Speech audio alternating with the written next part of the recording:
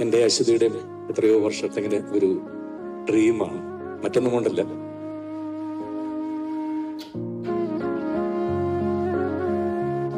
കണ്ണന് ഞാൻ കുട്ടിക്കാലത്ത് കഥ പറഞ്ഞു കൊടുക്കും.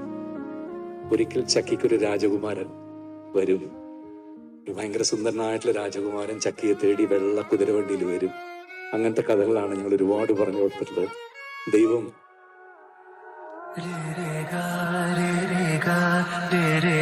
മകരെ സാ